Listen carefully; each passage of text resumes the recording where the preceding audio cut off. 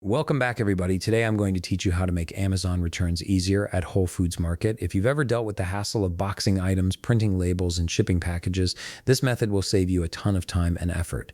Let's jump right in. First, open your web browser and head over to Amazon.com. Once you're on the homepage, go ahead and log into your account with your credentials. After you're logged in, look towards the top right corner of the screen where you'll see Account and Lists. Hover your mouse over this option, and from the drop-down menu that appears, click on Orders. This will take you to a page displaying all your recent purchases and order history. Now, although I don't have any active orders to return right now, I'll walk you through exactly what you need to do next. Once you're on the Orders page, scroll through and find the specific item you want to return. Next to that item, you'll see a button that says Return or Replace Items.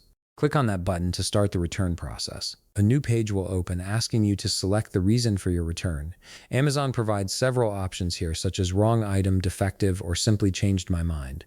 Choose the option that best matches your situation.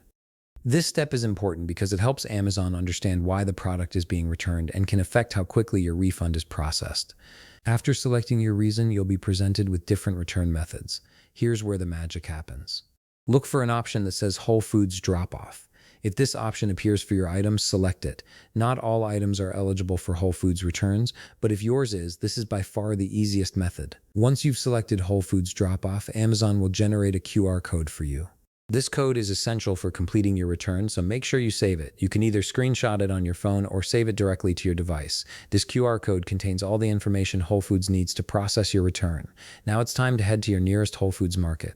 When you arrive, make your way to the customer service desk or look for the Amazon counter area. Show the QR code you saved to the team member working there. They'll scan it and take your item from you. Here's the best part. You don't need a box, you don't need tape, and you don't need any shipping label. Just hand over the item as is and you're done. The Whole Foods team handles everything from there.